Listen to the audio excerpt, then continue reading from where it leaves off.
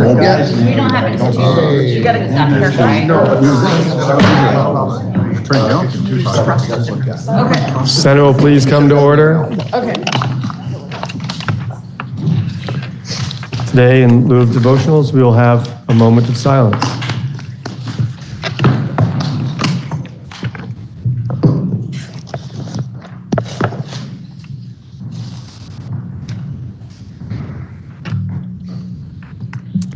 Good morning. Are there any announcements?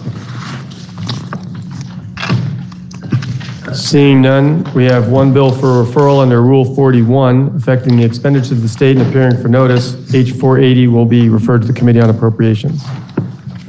We have one Senate bill for introduction, S155, introduced by Senator Vyhovsky and others. Please listen to the first reading of the bill. S155, an act relating to eliminating life without parole and implementing second look sentencing. Now, you've heard the first reading of the bill is referred to the Committee on Judiciary. That brings us to the orders of the day. Without the senator from Bennington here, I think we'll pass over S33 for the moment, which will bring us to S94. S94 is an act relating to the City of Barre Tax Increment Financing District. The question, it's been returned by the House, and the question is, shall the Senate concur with the House proposal amendment? Senator from Washington. Thank you, Mr. President. We ask that you pass this over. Finance is still considering it. My apologies. Without objection, we will pass over S94, which will bring us to H158. H158 is an act relating to the beverage container redemption system. Third reading was ordered. Are there any amendments before third reading? Senator from Chittenden. Mr. President, I do not have an amendment to offer, but I do have some comments. Might I pose the question prior to that? Sorry. Please listen to the third reading of the bill. H158, an act relating to the beverage container redemption system. The question is, shall the bill pass? Senator from Chittenden Southeast. Thank you, Mr. President. This morning, I presented an amendment to the Senate Committee on Natural Resources and Energy that would have allowed for the Agency of Natural Resources to submit its report to the General Assembly, assessing the cost of the expansion on consumers, retail businesses, solid waste management entities, and the Agency of Natural Resources, and asking the General Assembly to make specific authorization for the expansion of the bottle bill as we have been discussing it. The amendment would not preclude the PRO process or identifying additional redemption centers across the state and allowing for the planning to go on.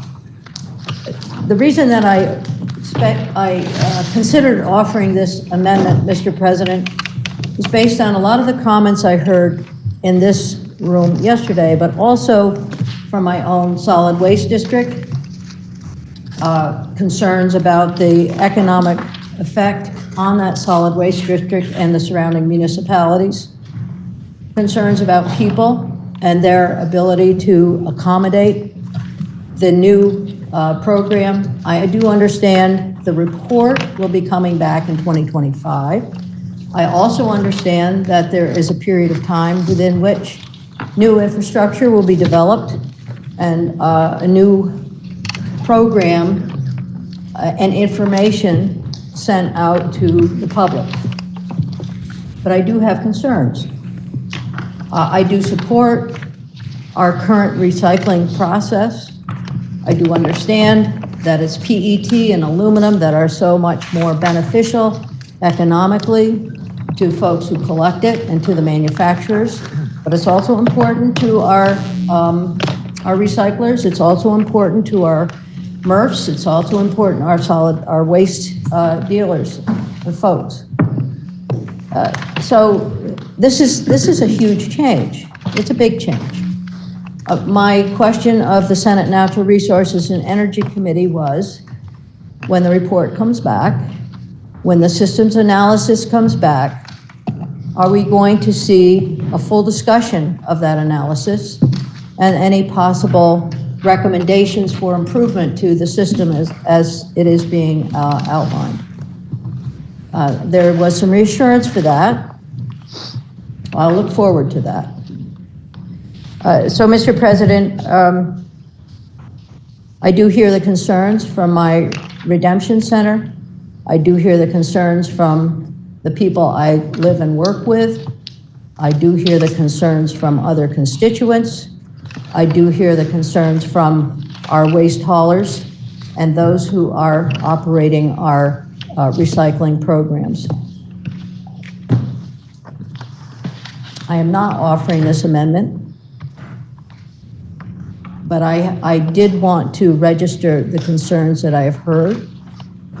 I do hope that going forward, as the program expands, that we will understand the economic relationships fully so that we are not depriving one to benefit another, that we can continue to work with the infrastructure we have while we expand it to additional businesses. So thank you, Mr. President. Pending question, Senator from Addison. Thank you, Mr. President.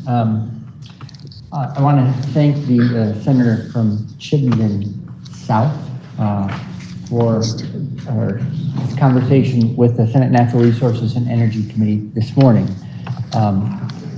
Because we share some of the very same concerns, we wrote an extensive requirement for reporting back to the full General Assembly in 2025, 2 full years prior to any expansion of the bill.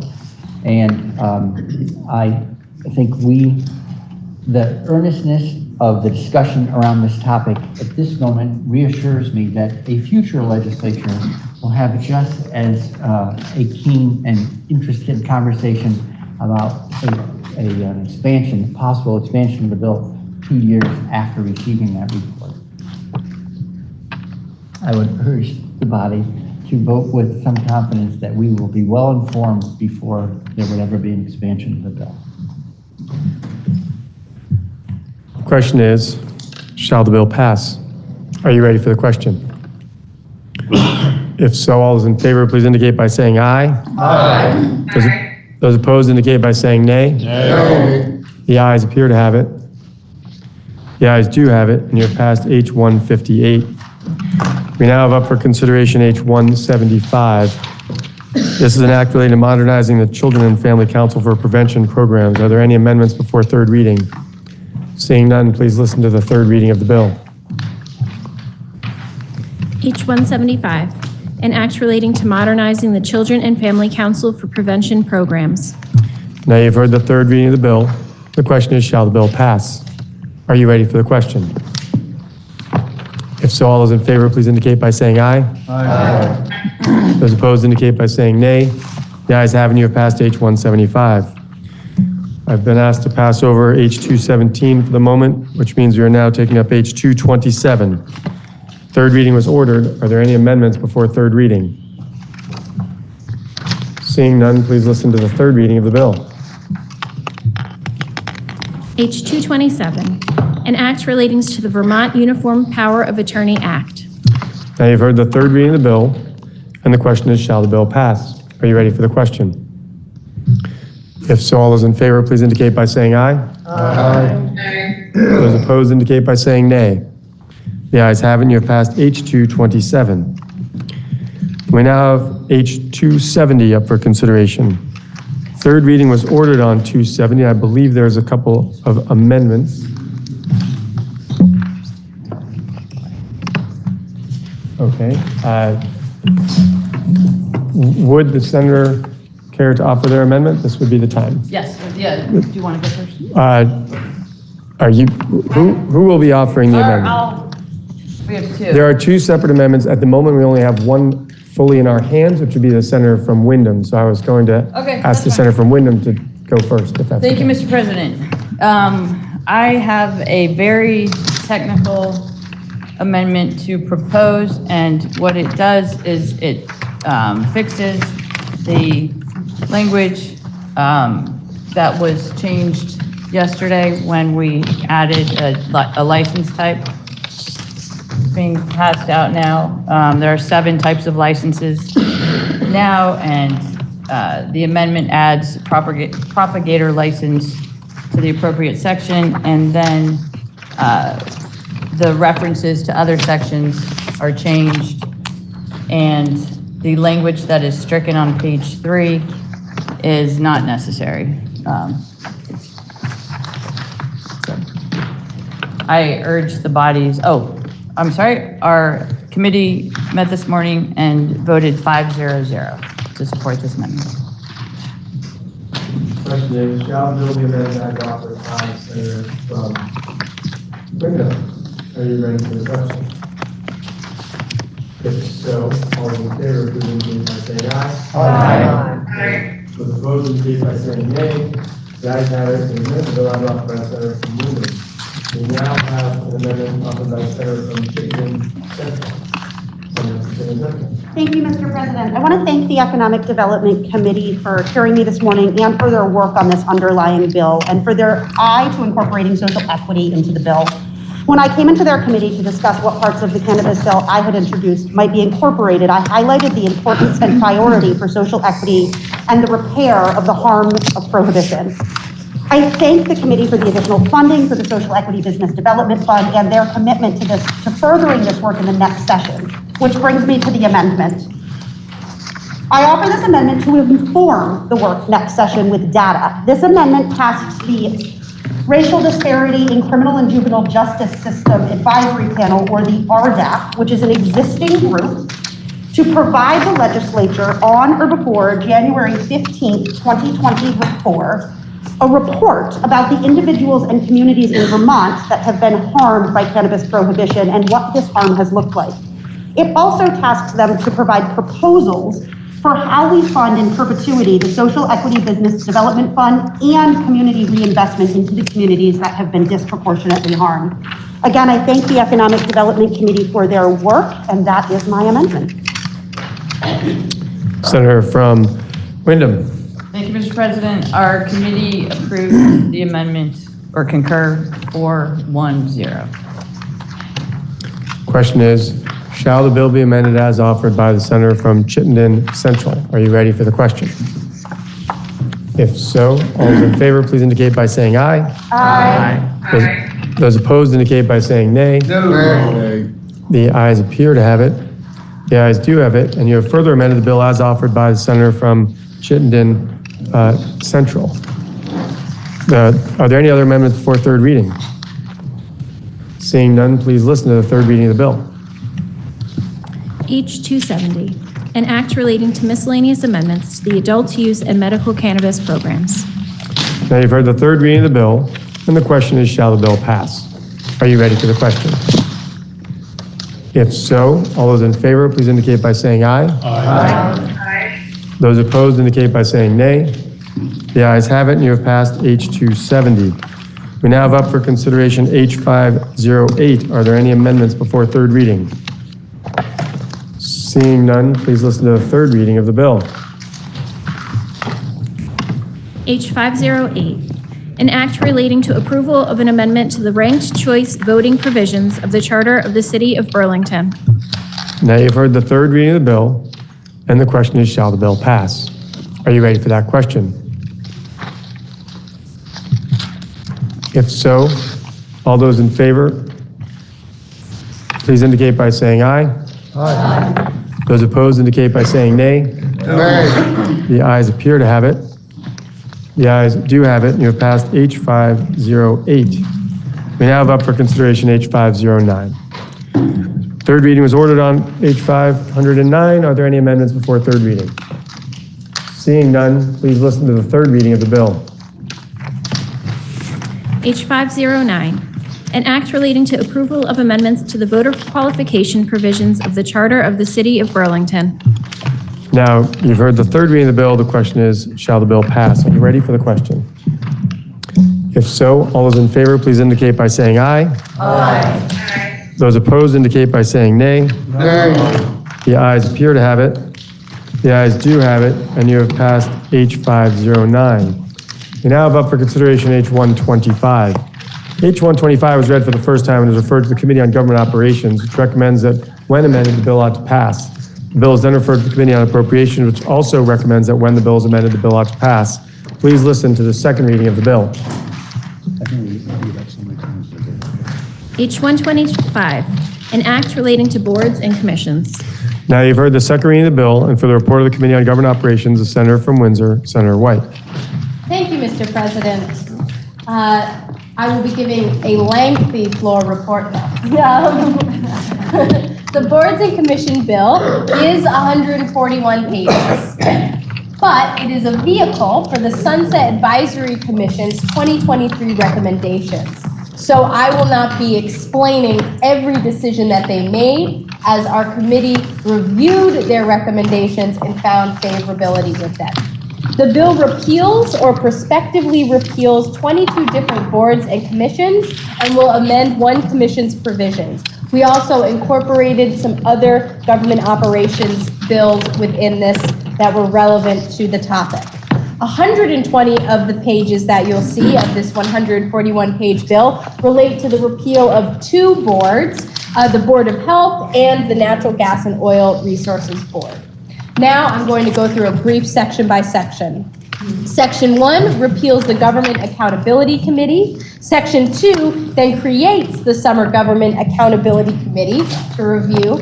Section 3 reduces the number of items to be tracked by the state archivist. We had the privilege of going on a tour of the state archives earlier in the session, and their work is extremely important, and we felt that this was a good opportunity to make sure that they're tracking relevant and necessary work. Section 4 looks at the VPIC board and separates the relationship between the Treasurer's Department and the salary of the board chair from the salary of the treasurer. Section 4A is an addition from the House version where we changed the quorum rules of the Vermont Commission on Women to allow them to meet and have some flexibility. This was a request of the head of the Vermont Commission on Women to allow them to continue their meetings and to facilitate that work. Section 5 repeals the Agricultural Finance Program and Advisory Panel. Section 6 repeals the Coalition of Healthy Activity, Motivation, and Prevention programs. Section 8 through Section 131 takes Bobby Starr's cell phone. Apologies. I can see how you would be distracted. I've never used my cell phone on the floor personally. So it repeals the Board of Health and the majority of its components, and the purview has already been delegated by this board to other boards and other internal work. So this is the largest part of the bill, and it is 75 pages, and you might think, wow, the Board of Health sounds really important. Why would we repeal this? Why would we change it? And it's in large part due to the functions of that board being delegated to other boards or taken internally. And we did have conversations, members with the chair of that board who was in, I would say, support of this change. Section 23A and 123A and 123B, we changed the quorum and meeting requirements of the Regional Emergency Management Committee. We spent some lengthy time on this because we wanted to balance the important work that they're doing with the fact that they have a large number of participating voting and non-voting members of their committee, and they were finding that the quorum requirements needed meant that they weren't able to be meeting to do the important work. So their interim quorum would be no fewer than 5 voting members of the Regional Emergency Management Committee, and we modify their quorum requirements where the quorum shall be not to be fewer than 20% of voting members. Section 132 sunsets the Nuclear Decommissioning Board. They have been active, but they have taken more of an educational role as we have moved beyond kind of the decommissioning role that they were playing previously, and they do not need to meet or continue to exist beyond 2030. So that's when they are sunsetted. Section 133 repeals the Vermont Prescription Drug Advisory Council. Section 134, the Vermont Employment Security Board's members, was adjusted. Section 135 repeals the Natural Gas and Oil Resources Board and statutory framework. It repeals, just if you were wondering, hey, natural gas, that's a big topic.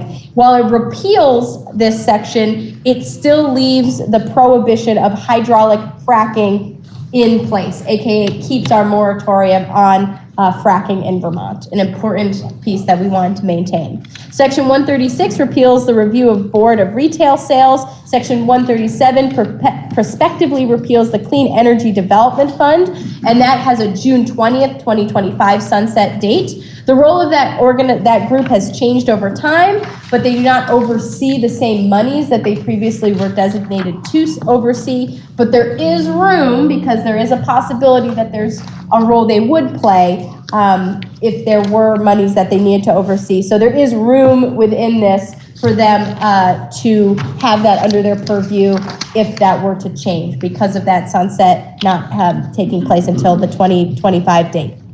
Section 138 repeals the Vermont Telecommunications Authority. Section 139 repeals and transfer of duties of the Private Activity Bond Advisory Committee. The authority is transferred to the Treasurer in coordination with the Secretary of Administration, the Secretary of Commerce and Community Development, and any bond issuing authority of the state or instrumentality of the state is eligible to issue private activity bonds. So think of that as going internal to the treasurer in consultation with those other secretaries.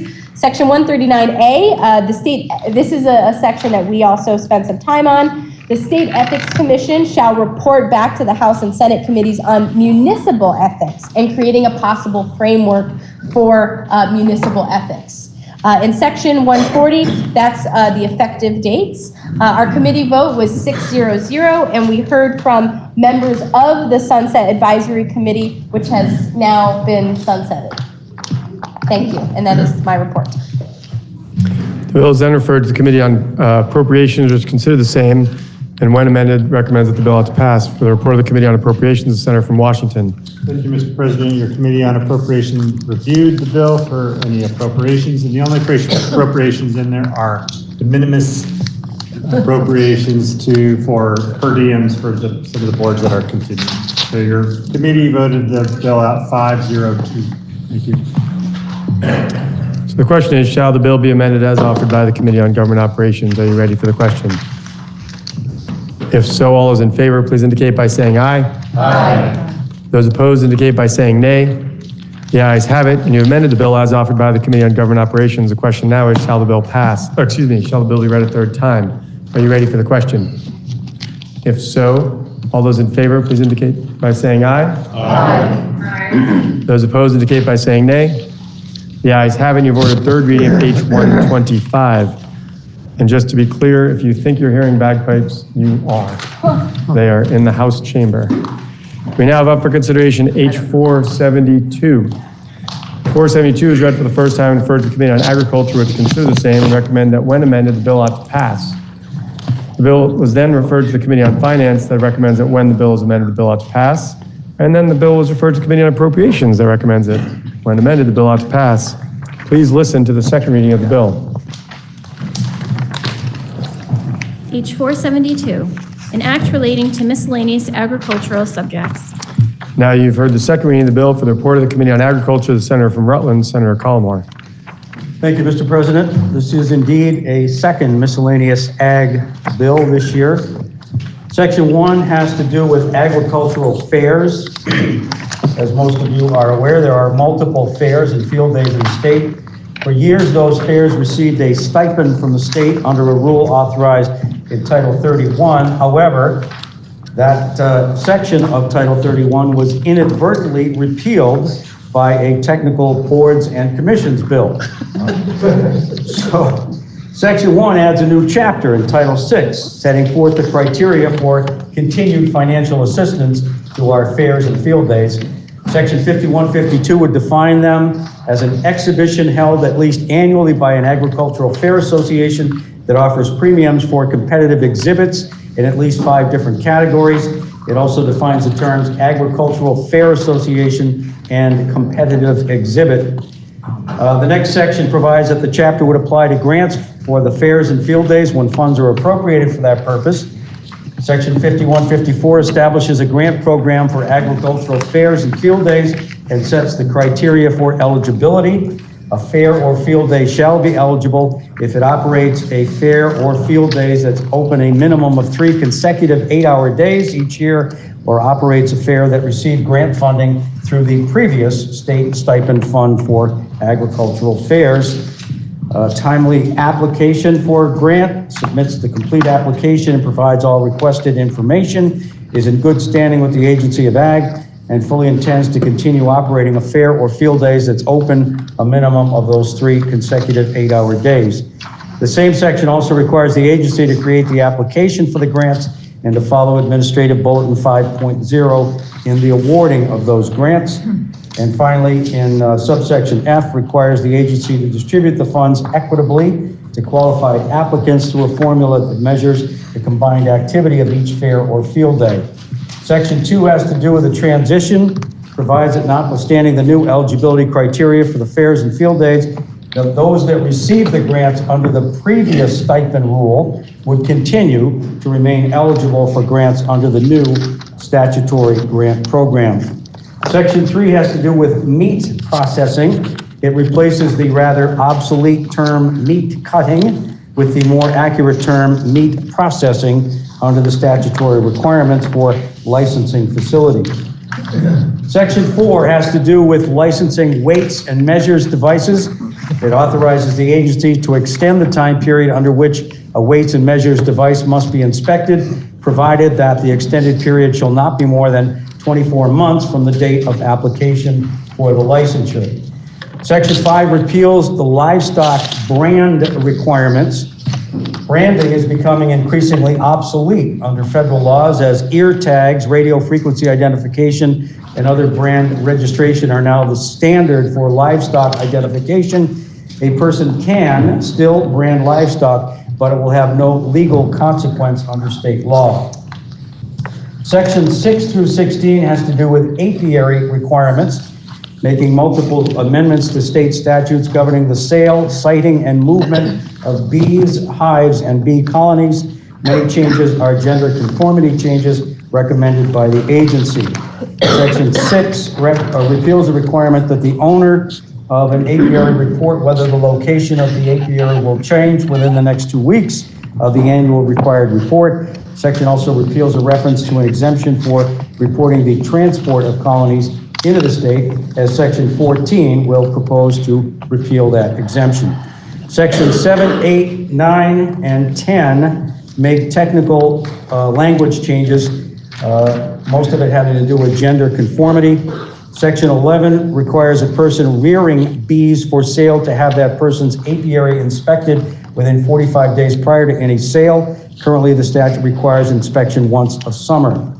Section 12 again makes gender conformity and technical language changes, as does Section 13. Section 14, under this section, currently a permit from the agency is required to import bees, colonies, or used apiary equipment into the state, except if the bees are registered in Vermont or not transported more than 75 miles from the registered location and then are imported back into the state within 30 days. But Section 14 would repeal that exemption from permitting, as the agency is concerned, that it could allow for importation of bees, colonies, or used equipment that is diseased. Section 15 again makes gender conformity language changes. Section 16, governing the siting of apiaries, the term hives is replaced by the term colonies, as hives are the physical boxes, but a colony is the bees, hives, and equipment. Section 17 clarifies that soil amendments regulated by the agency include substances or mixtures to be used in growing media other than soil. For example, substances used in hydroponic growing. Sections 18 through 20 have to do with nurseries, amends the definition of nursery dealer to include persons who install nursery stock for commercial gain.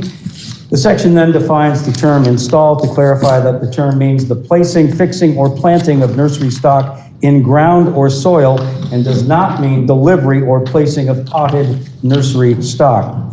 Section 19 makes gender-conforming language changes. Section 20 authorizes the agency to issue verbal orders requiring destruction or stop sale of infested nursery stock, provided a written order is issued within 7 days or as soon as practicable. Section 21 provides the agency orders to enforce plant test requirements, including stop sale orders must be in writing and include a description of the plant pest, plants, parts of plants, plant products, or regulated articles at issue. And Section 22 repeals the requirement that the agency compensate plant owners when the agency orders destruction of them due to insect infestation or plant disease. Section 23 is the effective date, which is July 1st of 2023. There are 3 amendments, Mr. President, in the calendar. You'll find them on 3190, and with a tip of the cap to the senior senator from Bennington and also others who have used the term, I am happy to report that I did find a way to use the word de minimis in this report. You'll see the 3 amendments strikes out, one of them strikes out the conjunction or, a second one strikes out the conjunction or, and a third one inserts the article the. And those are the 3 amendments to our bill, and we consider them de minimis. We heard from the pollinator health specialist from the agency, the director of public health and agricultural resource management from the agency, the owner of landscaping business and a member of the Vermont Nursery and Landscape Association, the owner of the Champlain Valley Apiaries, and the deputy chief counsel from the Office of Legislative Counsel. Committee vote was 5-0-0, and we ask the Senate to concur. Thank you, Mr. President. Bill is then referred to the Committee on Finance, which recommends that when amended, the bill ought to pass for the report of the Committee on Finance. Senator from Addison. Thank you, Mr. President. Since it's Word Appreciation Day, I appreciate the reporter's use of the word practicable. We reviewed the fiscal impacts of the bill, and there are 2 sections of the bill that have fiscal impacts, and they are in essence de minimis. But one is that fertilizers used in hydroponic growing will now be tax exempt, so there'll be some loss of revenue. There'll be some increase in revenue for because of a licensure requirement on the part of those who quote unquote install nursery stock. And the point there, so these are people doing landscaping, etc.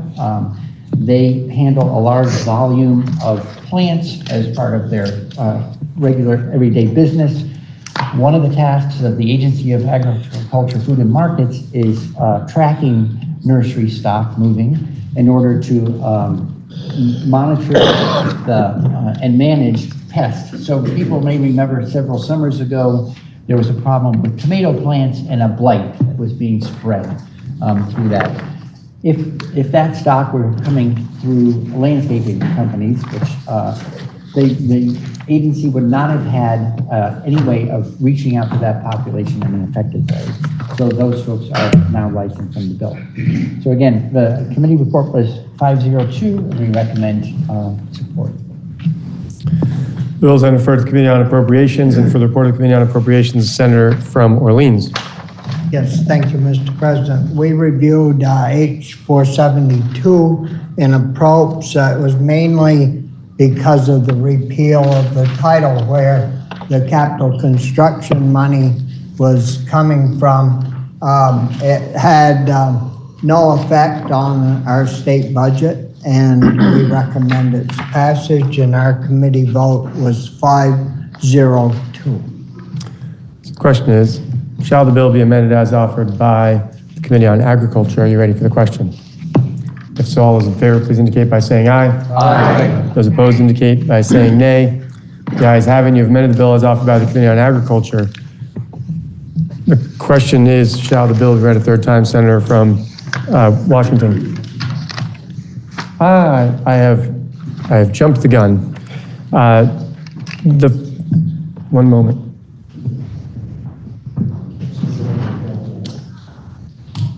I apologize. I thought you were amending the report, but you were amending the bill. So the question is, shall the bill be amended as offered by the Committee on Agriculture as amended? Are you ready? Excuse me, not as amended, just by the Committee on Agriculture. Are you ready for the question? If so, all those in favor, please indicate by saying aye. Aye. Those opposed indicate by saying nay. The ayes have it. The senator from Washington. Thank you, Mr. President. I have an amendment to propose to add to this bill that I brought to the Ag Committee this morning. This is a pretty short amendment. I wouldn't say it's de minimis, though, even though it doesn't have a lot of words. It's an important amendment. That's why I'm bringing it forward. This is basically the same wording that we had in S93 that we passed earlier in this session, which was a bill to extend the sales tax exemption on advanced wood heating systems.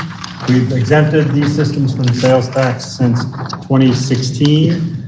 The idea, we extended it one time, but the advanced wood heating market is still just kind of at its infancy. And I and others really think that it needs a little more time to grow to get the full benefit of this sector. This would just extend it 1 year, even though S93 extended it 2 years. We're going to extend it 1 year. The other body didn't have a lot of time to work on it, but would agree to a 1 year extension. So this would just extend the sales tax exemption that we already have for on advanced wood heating for 1 year. And I would appreciate your support. Thank you. Senator from Rutland. Thank you, Mr. President. The Senate Agriculture Committee met this morning and considered this a friendly amendment and urges the Senate to adopt. Question is, shall the bill be further amended as offered by the Senator from Washington? Any question? If so, all those in favor, please indicate by saying aye. Aye. Those opposed indicate by saying nay. The ayes have it. No further amended bill as offered by the Senator from Washington. Question now is, shall the bill be read a third time and read back? If so, all those in favor, please indicate by saying aye. Aye. Aye. Those opposed indicate by saying nay. The ayes have it. And we're going to move to 472. Now, about consideration as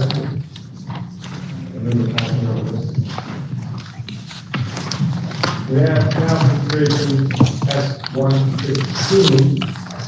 The S115 has been returned to the Senate from the House of Proposal Amendment, and the Senate concur with the House Proposal Amendment. Senator from Rutland. Thank you, Mr. President. You'll find the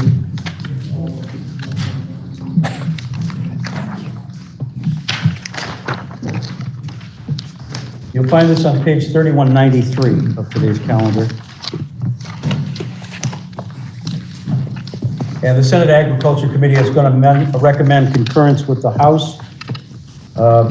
Basically, this is the same language that left the Senate Agriculture Committee back in probably February, I believe. And it has to do with the stormwater management and control. So what the other body did was add language back in that says municipalities shall not charge an impervious service fee or other stormwater fee under this subdivision or under other provisions of this title on property regulated under the RAPs for discharges of agricultural waste or ag non-point source pollution. And they add a section 9 that it refers back to those stormwater fees shall apply prospectively and shall not require a municipality to refund stormwater fees assessed prior to the effective date of this act on properties or activities that are exempt from such fees under Title 24 as amended by this act. So again, the committee met this morning and would urge the Senate to concur with the House proposal. Thank you. The question is, shall the Senate concur with the House proposal of amendment on S115? Are you ready for the question? If so, all those in favor, please indicate by saying aye. Aye. Those opposed indicate by saying nay. The ayes have it, and you have concurred with the House proposal of amendment on S115. Senator from Chittenden Central. Thank you, Mr. President. We're making good time this morning, and I would like to, if possible, move a couple of bills we just acted on a little more quickly. So I would ask that the Senate suspend its rules to take us back to H125 with the intention of moving it through all stages of passage. And I will make a separate motion following that for the bill below H472, taking that through all stages of passage. So the current motion is, shall the Senate suspend its rules in order to take up for immediate consideration H125 to put it through all remaining stages of passage. Are you ready for the question? If so, all those in favor, please indicate by saying aye. Aye. Those opposed indicate by saying nay. The ayes have it. You've suspended your rules in order to take up H125 and put it through all remaining stages of passage. Third reading has been ordered of H125. Are there any amendments before third reading? Seeing none, please listen to the third reading of the bill. H125, an act relating to boards and commissions. Now you've heard the third reading of the bill. The question is, shall the bill pass? Are you ready for the question? If so, all those in favor, please indicate by saying aye. Aye. Those opposed indicate by saying nay. The ayes have it, and you have passed H125. Senator from Thank you, Chittenden. Mr. President. And as I just said, I would now move that the Senate suspend its rules in order to take up H472 for the purpose of putting it through all remaining stages of passage as well. The Senator from Chittenden Central has moved that the Senate suspend its rules in order to take up for immediate consideration H472 and put it through all remaining stages of passage. Are you ready for the question? If so, all those in favor, please indicate by saying aye. Aye. Those opposed indicate by saying nay.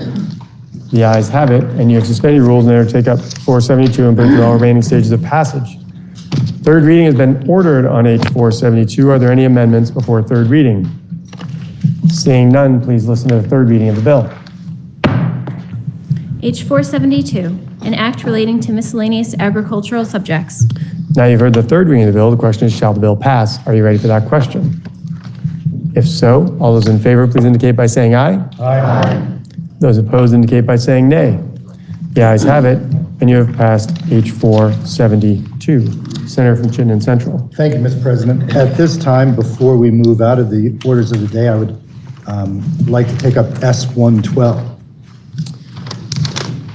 We now have up for consideration S112. S112 passed the Senate, and the House has returned the bill with a proposal of amendment. The pending question is, shall the Senate concur with the House proposal of amendment?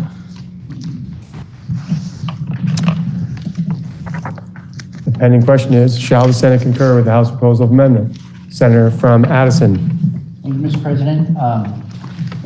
The Senate Natural Resources and Energy Committee, having reviewed the proposal,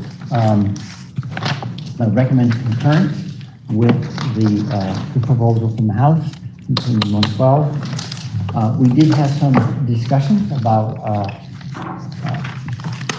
what was addressed, how it was addressed, but as there are two members of the Senate on this panel, we sense that the best way to ensure that the panel addresses questions of interest, in particular to the Senate, is by participation directly in the process.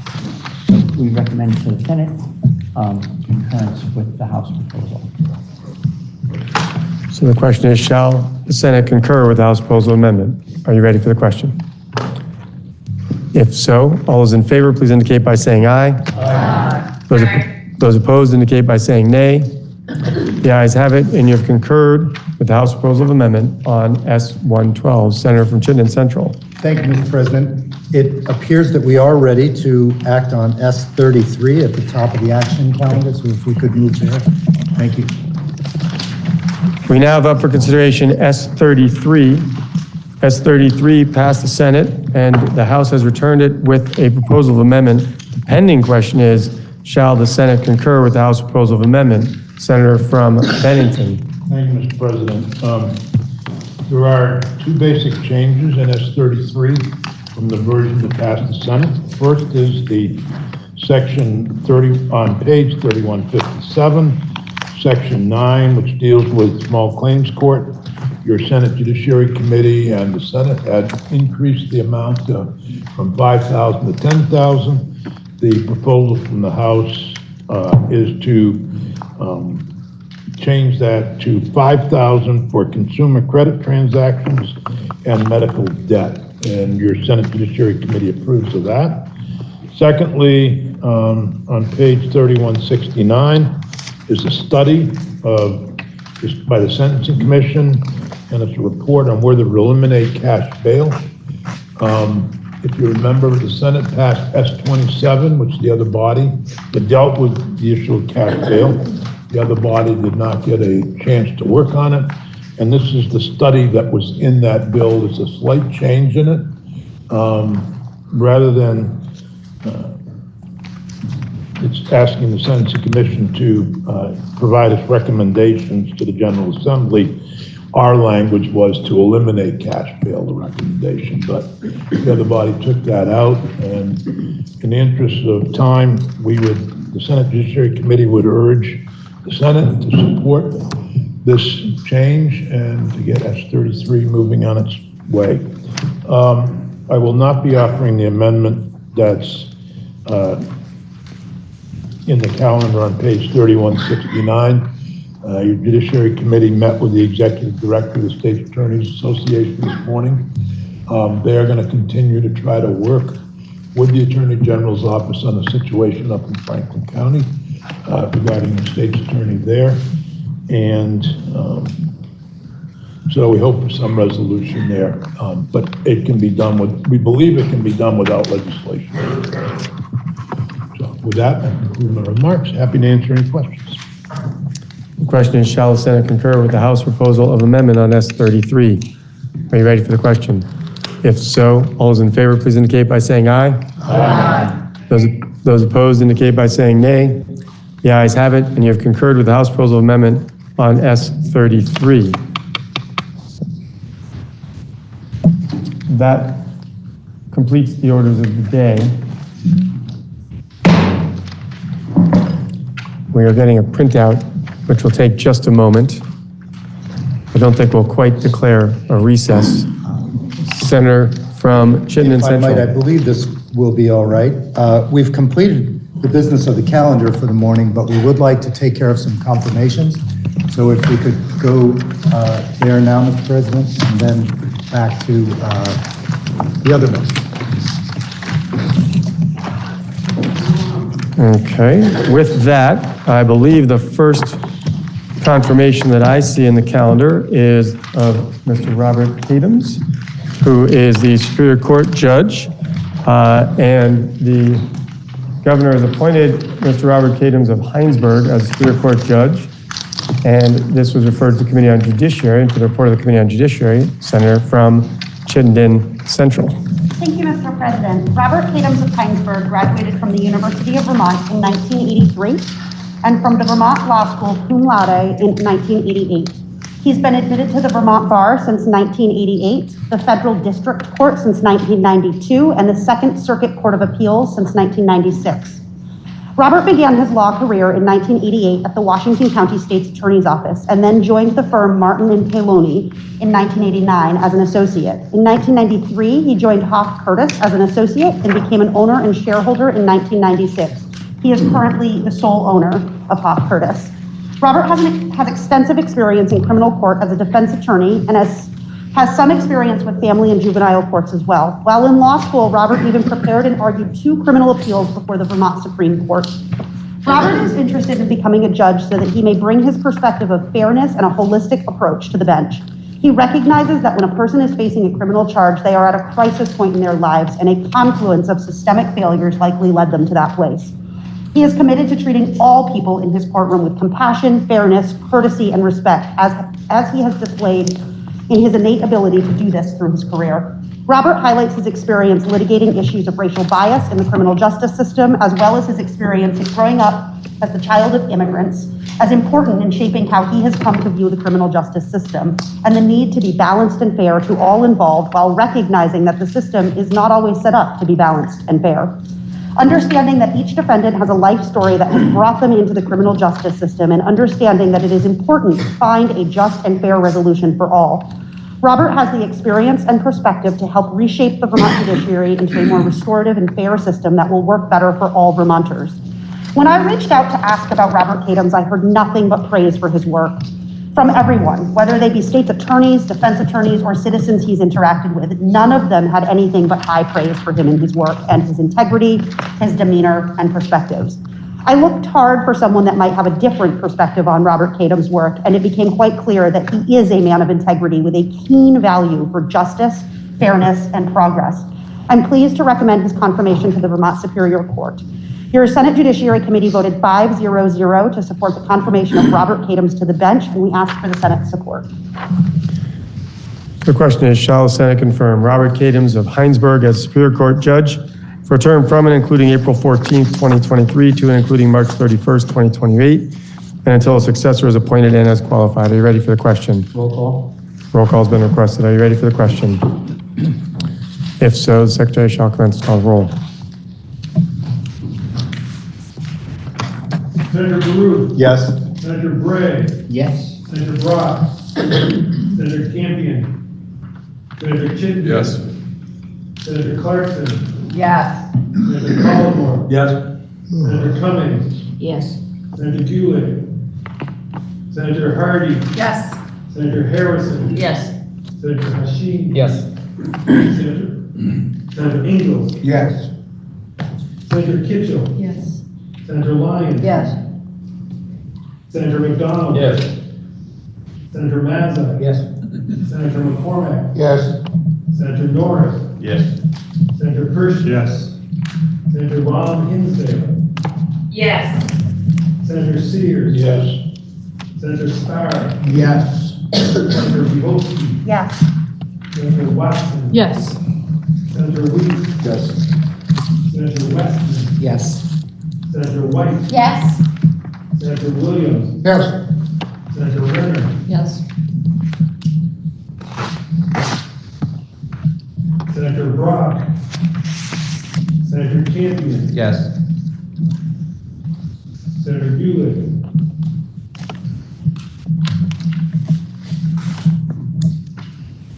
Please listen to the results of your vote. Those voting yea, 28. Those voting nay, 0. And you have confirmed Robert Kadams of Heinsberg as a Superior Court Judge. We now have up for appointment, the Governor's appointment of Julie Moore of Middlesex as the Secretary of the Agency of Natural Resources. This was referred to the Committee on Natural Resources, and for the report of the Committee of Natural Resources, the Senator from Addison, Senator Bray. Thank you, Mr. President. Again, I rise to recommend, on behalf of the Natural Resources and Energy Committee, confirmation to the Senate of Julie S. Moore as the Secretary of Agency of Natural Resources. She has a great passion for the natural world that is the purview of ANR, and manages a staff of 650 full-time employees plus an additional 400 in the summer, and does so in a manner that has led to strong morale and great support within the agency of the work. She has great depth of experience, and along with that passion for the natural world, she has an analogous passion for an engineer's clear-eyed, rational analysis and thinking. Her experience is she's been Secretary of the Agency of Natural Resources since January of 2017. Prior to that, she was in the private sector at Stone Environmental as a water resources service line leader, and that was from 2011 through 2017. Prior to that, she was at the Agency of Natural Resources as the director of the Clean and Clear program. And prior to that, she was serving as a senior project engineer at the Washington firm of Limnotech. She has a Master's of Science in Environmental Science and Policy from Johns Hopkins. She has a Bachelor of Science in Civil Engineering cum laude from the University of Buffalo. And she has numerous professional and community activities, as well as honors and awards. Cannot recommend too highly the continued appointment of Julie Moore as Secretary of ANR. Now the question is, shall the Senate confirm the appointment of Julie Moore of Middlesex as the Secretary of the Agency of Natural Resources for a term from and including March 1st, 2023 to and including February 28th, 2025, and until a successor is appointed and as qualified? Are you ready for the question? Roll call. Roll call has been requested. Are you ready for the question? If so, the Secretary shall commence to call the roll.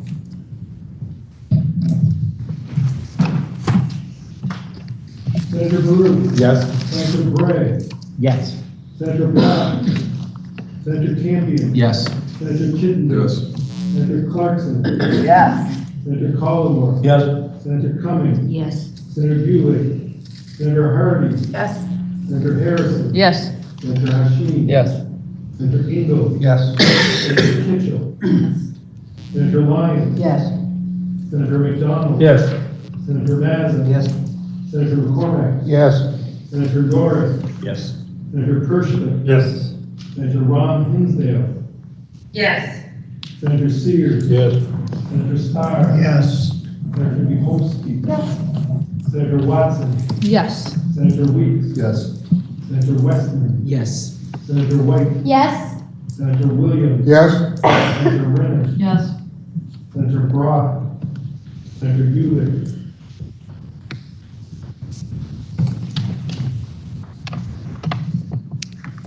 Please listen to the results of your vote. Those voting yea, 28. Those voting nay, 0. And you have confirmed the appointment of Julie Moore of Middlesex, Vermont, as the Secretary of the Agency of Natural Resources for a term from and including March 1st, 2023 to and including February 28, 2025, and until a successor is appointed and has qualified. We now have up for consideration the appointment of H. Dixon Corbett of Thetford, Vermont, as Superior Court Judge. This appointment was referred to the Committee on Judiciary, and for the report of the Committee on Judiciary, the Senator from Wyndham, Senator Hashim. Mr. President, Mr. Dixon Corbett was recently confirmed by your Senate Judiciary Committee to begin a term of service as a judge. Based on what I've gathered from numerous letters of support from Vermonters who fill a variety of roles in our judiciary system, Mr. Corbett is considered extremely intelligent, fair, and balanced. We received letters of support from both defense attorneys, prosecutors, and victim advocates. Mr. Corbett has served as a prosecutor in the Orange County State's Attorney's Office since 2013. Prior to that, he served as a judicial staff attorney and law clerk for 6 years. He was appointed to serve as the state's attorney in 2021 and won re-election in 2022. He is also the chair of the Vermont Advisory Committee on the Rules of Evidence and has served as a member of the Vermont Advisory Committee on the Rules of Criminal Procedure, the Vermont Advisory Committee on the Rules of Family Procedure, and the Vermont Model Criminal Jury Instruction Committee. For full transparency, we did receive a letter of complaint from a concerned citizen regarding an investigation of domestic assault in 2014 in which Mr. Corbett prosecuted a defendant for the crime. The concerned citizen provided over 53 pages full of police reports, pictures, and news articles. I read through every page of these reports to see if there was anything that indicated that Mr. Corbett is not qualified to perform the job, and I inquired of Mr. Corbett about the incident. What I concluded was that Mr. Corbett had performed his job without any issue, but was required to dismiss a domestic assault charge under Rule 29 due to a police investigation that lacked sufficient evidence to sustain a conviction. Nothing at all in these documents provided to us indicated that Mr. Corbett failed to perform his duties. Another witness who testified in person provided testimony that was particularly impactful. In my opinion, an effective judiciary system requires not only a just defense, but a just prosecution as well. The witness, who has known Mr. Corbett in a professional capacity for many years, emphasized that even though he serves as a prosecutor, he takes a holistic approach and ensures that fairness and balance is paramount when he considers the impact on the defendant whom he is prosecuting. The Senate Judiciary Committee voted 5-0-0 to confirm Mr. Dixon Corbett, and we urge the rest of the body to support this confirmation. Now, you've heard the report of the Committee on Judiciary, and the question is, shall the Senate appoint Mr. Dixon Corbett of East Thetford, Vermont, as Superior Court Judge for a term from and including April 14th, 2023 to and including March 13th, 2025, and until a successor is appointed and is qualified. Are you ready for the question? Roll call. Roll call has been requested. Are you ready for the question? If so, the Secretary shall commence to call the roll. Senator Baruch. Yes. Senator Bray. Yes. Senator Brock. Senator Campion. Yes. Senator Chittenden. Yes. Senator Clarkson. Yes. Senator Collmore. Yes. Senator Cummings. Yes. Senator Bueller. Yes. Senator Hardy. Yes. Senator Harrison. Yes. Senator Hashim. Yes. Senator Ingalls. Yes. Senator Kitchell. Senator Lyons. Yes. Senator McDonald. Yes. Senator Mazza. Yes. Senator McCormack. Yes. Senator Norris. Yes. Senator Kirschler. Yes. Senator Ron Hinsdale. Yes. Senator Sears. Yes. Senator Starr. Yes. Senator Bieholsky. Yes. Senator Watson. Yes. Senator Weeks. Yes. Senator Westman. Yes. Senator White. Yes. Senator Williams. Yes. Senator Renner. Yes. Senator Brock.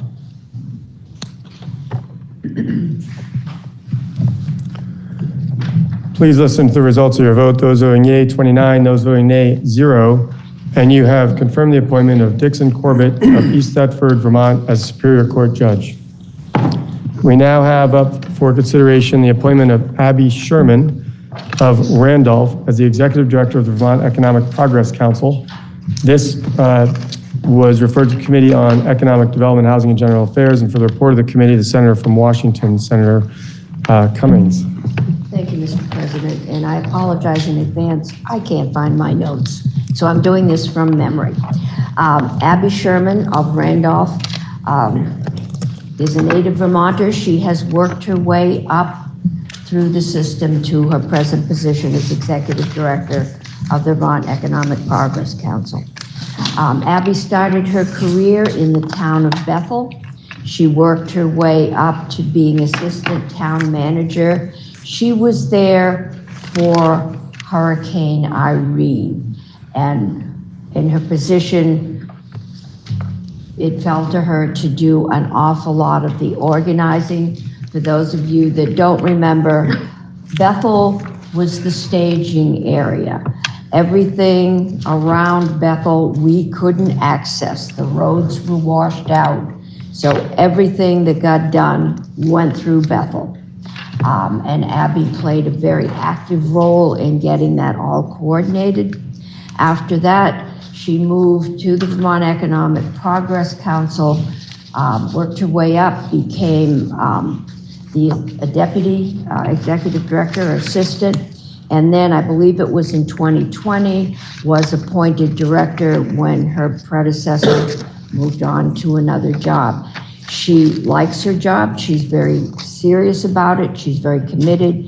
She also recognized, and we asked her some fairly difficult questions, that there are questions about the procedure of the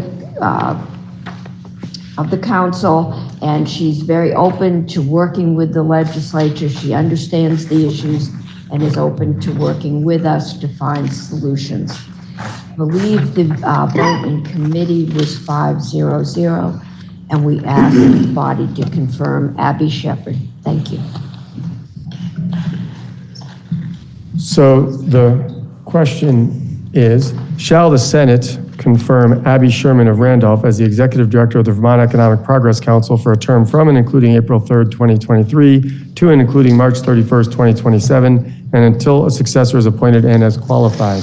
Are you ready for the question? Roll call. Roll call has been requested by the Senator from Rutland. Are you ready for the question?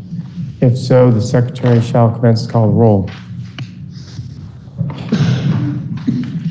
Senator Lewis. Yes. Senator Bray. Yes. Senator Brock. Senator Campion. Yes. Senator Chittenden. Yes.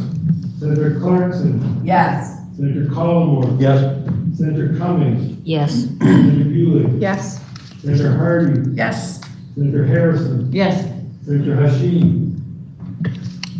Senator Engel. Yes. Senator Kitchell. Yes. Senator Lyon. Yes. Senator McDonald. Yes. Senator Mazza. Yes. Senator McCormick. Yes. Senator Nora. Yes. Senator Kershner. Yes. Senator Ron Hinsdale. Yes. Senator Sears. Yes. Senator Starr. Yes. Senator Bohosky. Yes. Senator Watson. Yes. Senator Weeks. Yes. Senator Westman. Yes. Senator White. Yes. Senator Williams. Yes. Senator Renner. Yes. Senator Brock. Senator Hashim.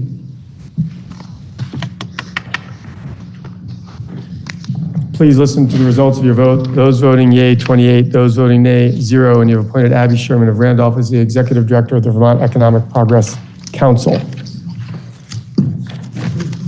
Senator from Chittenden Central. Thank you, Mr. President. I was hopeful that the senator from Addison might make a magical motion to make the other confirmations go away. We only have one that's ripe. We'll have to suspend the rules, take up the others. So we thought we'd do them all at once tomorrow. Fair enough. With that said, Mr. President, at this time, I would move that we suspend the rules in order to message this morning's work to the other body. In that motion, I include S33, an act relating to miscellaneous judiciary procedures, S112, an act relating to miscellaneous subjects related to the Public Utility Commission, S115, an act relating to miscellaneous agriculture subjects, H125, an act relating to boards and commissions, H158, I'm sorry, not H158, H175, an act relating to modernizing the Children and Family Council for Prevention Programs, H227, an act relating to the Vermont Uniform Power of Attorney Act, H270, an act relating to miscellaneous amendments to the adult use and medical cannabis programs, H472, an act relating to miscellaneous agricultural subjects. And that would be the sum total. Now, the Senator has moved that the Senate suspend its rules to message the following bills to the House forthwith. S33, S112, S115, H125, H175, H227, H270, and H472. Are you ready for the question? If so, all those in favor, please indicate by saying aye. Aye. Those opposed indicate by saying nay. The ayes have it, and you have suspended your rules in order to message your actions on S33, an act relating to miscellaneous judiciary procedures, S112, an act relating to miscellaneous subjects related to the Public Utility Commission, S115, an act relating to miscellaneous agricultural subjects, H125, an act relating to boards and commissions, H175, an act relating to modernizing the Children and Family Council for Prevention Programs, H225, an act relating to the Vermont Uniform Power of Attorney Act, H270, an act relating to miscellaneous amendments to the adult use and medical cannabis programs, H472, an act relating to miscellaneous agricultural subjects, to the House forthwith. Senator from Chittenden Central. Thank you, Mr. President. At this time, I would move that the Senate stand in adjournment until 3 p.m. this afternoon, Thursday, May 11th. And if I might lead off the announcements, I'll just say by way of explanation, we're hopeful that in the afternoon session, we'll have more to work on from the other body, as well as a few things that we passed over this morning. We are still hopeful that we may be out tomorrow, but that remains a little bit up in the air. If you haven't been through this process before, it can be frustrating in the last 24 or 48 hours as we seek agreement with the other body on how to bring the airliner in for a landing. So we ask for patience today and tomorrow as we work through those things. I commit to you that as I know something, I will bring it to the floor and share it with you. But at this point, we'll just consider that we're meeting twice a day with the expectation that we're going to try to get home tomorrow. Thank you, Mr. President. Are there any other announcements? Senator from Addison. Thank you, Mr. President. Senate Government Operations will meet this afternoon at 2 o'clock. Thank you. Senator from Bennington. Thank you, Mr. President. Senate Education will meet at 1 o'clock. Senator from Caledonia. Thank you, Mr. President. I would ask members of the Appropriations Committee to meet at 11:30. We have just had a bill referred to us for action. Thank you. Senator from Washington. Thank you, Mr. President. I would ask Senate Finance to meet at 1:30. I'd like to finish up our appointments, and anybody that hasn't contacted their people, please give it one last try. And I have something I need you to sign. Senator from Essex. Thank you, Mr. President. Senate Institutions isn't meeting today, but in the committee room should be the language that we agreed to with the House yesterday. And please, everybody just stop in and make sure that they're happy with what they see. Thank you. Senator from Windsor. Thank you, Mr. President. A couple of announcements. The legislative slideshow is up and running. Take some time. You've just been given some time and enjoy. It's a nice reflection on our life together over the last 4.5 months. Senate Economic Development will meet tomorrow morning at 9 a.m. And the Senate Democratic Caucus, just given the announcements from the senator from Caledonia, I think the Senate Democratic Caucus will meet at 12:15 It won't be long, but it's an important one, I think, for people. And we'll meet at 12:15 in the lounge as usual. Thank you. Senator from Madison. Senate Natural Resources and Energy will please meet in the committee room for a brief meeting at 1 p.m. Are there any further announcements? Seeing none, the senator from Chittenden Central has moved that the Senate stand adjournment until 3 p.m. today, Thursday, May 11th. Are you ready for the question? If so, all those in favor, please indicate by saying aye. Aye. Bless you. All those opposed indicate by saying nay. The ayes have it, and you'll stand adjourned until 3 p.m. today.